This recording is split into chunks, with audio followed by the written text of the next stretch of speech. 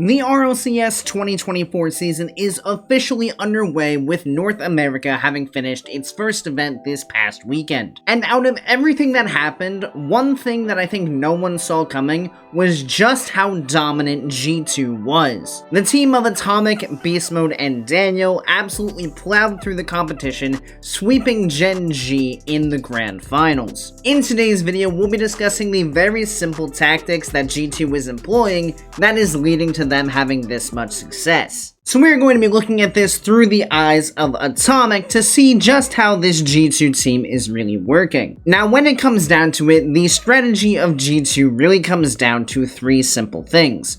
First of all, we want to deny any free touch from our opponents. If at any point our opponents are looking like they're going to have a free touch, we want to get one of our players up in the air to challenge as fast as possible, just to deny as much space on the field as we possibly can. Objective number 2 is that we want to position for a pass as often as possible. When it becomes obvious that a teammate of ours has control of the ball, we want to move ourselves upfield to be a passing option for that teammate to give ourselves as much control of the overall field as we can. And then the third part of the strategy is rotating in a disruptive manner. Whether that means stealing boost, going for bumps, just generally being as annoying as possible in our rotation. This also ties into denying space, because if an opponent wants to try to dribble the ball, we are simply going to be in their face, refusing to let them do it. So with those ideas kind of covered, let's see how they look in practice as we watch G2 dominate Gen G here in the final game of the Grand Finals. So like we said, we're on board with Atomic here, and Daniel is going to end up having control of this ball, taking it up the wall this way, with First Killer chasing on after him.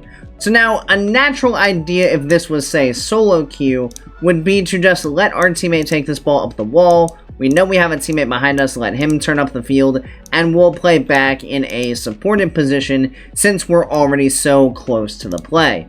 But instead, Atomic recognizes the control coming through from Daniel, and he's going to turn upfield aggressively to become that passing option that we talked about. So as we roll this forward here, we'll see Daniel take control, and now here is Atomic in that passing option. If Daniel were to get this ball over Achronic or past Achronic in any way but not be able to continue on the ball, Atomic would be right there ready to pounce on it as quickly as possible in order to try to make a play towards the nets, perhaps towards the backboard as another pass, just in general being close enough to the play that he can impact it as soon as Daniel is no longer on the ball. As we go forward here, Daniel's gonna get beat out by Chronic, and you'll recognize that Atomic realizes this, turns off early, and is now again in a position to deny space in the midfield. So going back to the first point we talked about, which is deny any free touches, we are not going to give these two players any chance to go for this ball. We are just going to jump up right away as fast as possible and make sure we maintain possession of the play as much as we can. So here we go, up into the air, we're going to get a touch on forward, and the objective of this touch is just to buy time here in the midfield, make sure we're all kind of nice and set, and also take this first player on Gen G in First Killer out of the play. So we land on the wall here, and now, well, looky here, we're on 0 boost. Well, that's not great, but again, we're still first player here on the ball, and we again want to deny this space as much as we can. So naturally we could say, okay, 0 boost, let's just let them have this, we'll let this play die, we'll rotate back. But G2 doesn't really feel like doing that. Instead, no matter the situation they're in, even in a low boost situation, they are going to attempt to deny space as much as they can. And another thing to note here is if we look in the background, Daniel, who went for the initial challenge with the control out of the corner, is doing exactly what we talked about in being annoying in his rotation.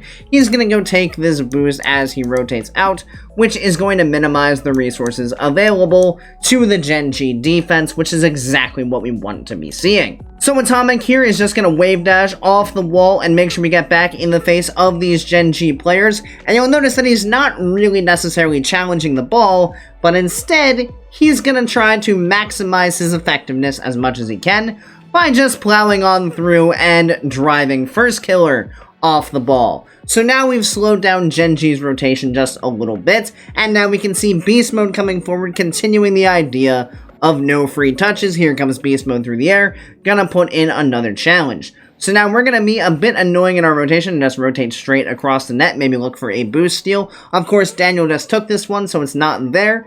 But now we can rotate back rather calmly as Daniel again continues through with the no free touches. So we'll go ahead and rotate back here. This is fine. Again, Daniel cutting across, not giving up that space in the midfield. As soon as Daniel saw this dribble coming through, he immediately shuts it down. So first killer catches this ball, and if you look over here in the corner, we can see boost coming off of Daniel as he is just full speeding towards this ball in the midfield, obviously letting his teammates know that he's going to cut this. That allows our defense to stay set up in a very comfortable position while the initial player who challenged the ball causes havoc for the opponents, which makes our lives easier overall. So Daniel's going to go ahead and deny the space from first killer here, take the ball right off of him, and now again, possible free touch for our opponents. We have Daniel boosting in from behind and apparently Jack to make sure apparently Jack can't take his time, and Atomic then is just going to throw himself at this ball to deny that space completely so that we don't allow any possession for Gen G, and we can continue to maintain control of the ball. Now some wall dashes here to stay in contact, allow us to jump out and get another touch, and again, let's possibly be a little annoying, look for some demos, nothing there, okay, that's fine. We'll rotate back. Now here, we're going to see the first evidence of, okay, let's position for a pass again, as it looks like potentially there might be a touch that is able to come across from our teammates. So we're going to see Atomic make a slight turn into the midfield here, possibly expecting this pass to come across. Unfortunately, that's not exactly what happens, as we do have a little awkward movement there between Daniel and Beast Mode, but that's not a problem. Atomic just calmly rotates back to net, gets ready for a possible double tap center pass, and is in a position to defend if need be. And now let's look at the position we find ourselves in here. So Beast Mode driving up the wall, Daniel rotating back, so Atomic immediately recognizes this ball is going to be worked out of our own half. No one from Gen G really able to challenge this situation, so it's looking like we're going to have a free clear. So what does that mean for us? Well, free clear from our teammate.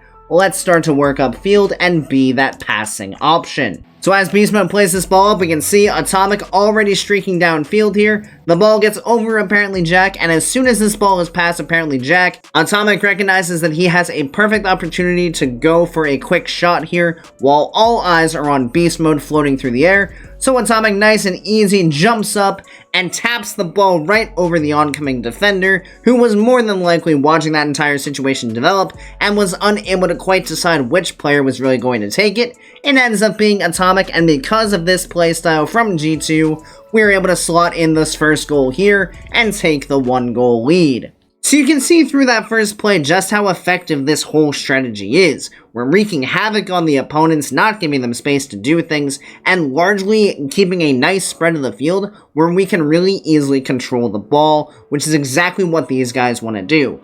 All three of these players, when they are on the ball, are extremely dangerous, so the longer we can keep our team in possession of the ball, the better off we're going to be, and the easier goals will come. So now looking at one more example here, we'll follow the same principles through G2's gameplay as we watch this play unfold here. So Daniel pushes the ball up the field. As the ball was coming up the field, Beast Mode was in that passing spot.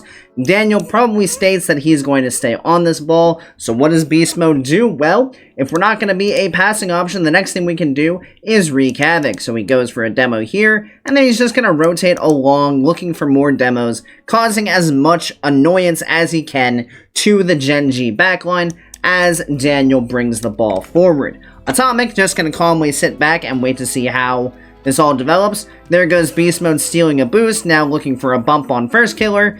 First Killer doesn't get the clear, but now we can see how this ball is bouncing off the wall, and now we have a good shooting opportunity. And let's see what Daniel's doing. Why, looky here. He's immediately facing across the nets, looking for a respawning Gen G player from Beast Mode's demos to possibly bump to allow Atomic a free shot in this situation. So Daniel going for the bump here on Chronic, not quite going to get it. Chronic is going to get the save. And now Atomic landing, what are we going to do? Let's go ahead and steal some resources in our rotation to be annoying. And you can see the awkward situation that this kind of puts the Gen G defense in. They're all stacked up here in the same corner, Beast Mode is basically able to challenge them all at once with one challenge of the ball. So this is perfect. We are widely spread around the field, and our opponent is all grouped up in one spot. We have far greater control of the field than our opponents, and that's exactly what we want to be seeing. So as Beast Mode, of course, denies any space from Gen G, he's going to fake this first challenge, but because of how fast G2 has been challenging this entire game, Gen G is now pretty accustomed to G2 just going, so any fake challenge at this point is extremely beneficial.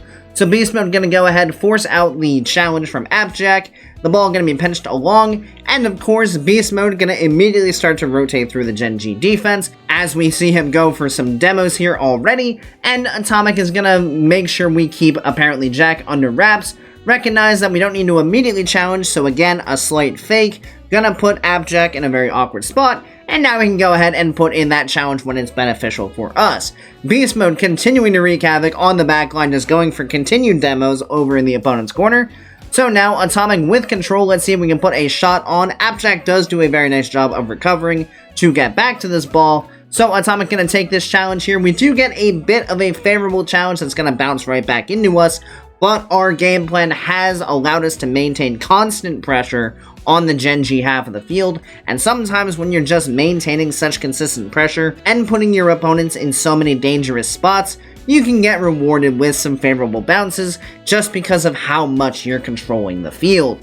So this ball is going to bounce off the backboard, and now of course we can see just how awkward this Gen G defense is. Completely stagnant on the goal line, no one really able to get up quickly to challenge the ball with any momentum. Of course, because we have our nice spread of the field, our next player up is able to jump right on into this play, challenge the ball very quickly, and because we have the advantage of solid positioning and are able to attack the ball so fast, Gen G caught out once again, into the net it goes, and it's just an incredibly simple game plan from G2. Overall, G2 is not doing anything special. Yes, their touches are extremely consistent and they're always getting the ball pretty much exactly where they want it to be. If you have a game plan like this established, you already know what to expect from your teammates' rotations, which makes it easier to understand the overall picture of the field. It's pretty clear that no one this weekend was really ready for this kind of aggression from G2, and it caught a lot of teams out. The question is going to be, what exactly do you do to stop this? G2 already has 3 of the fastest players in the game, so outpacing them is going to be extremely difficult,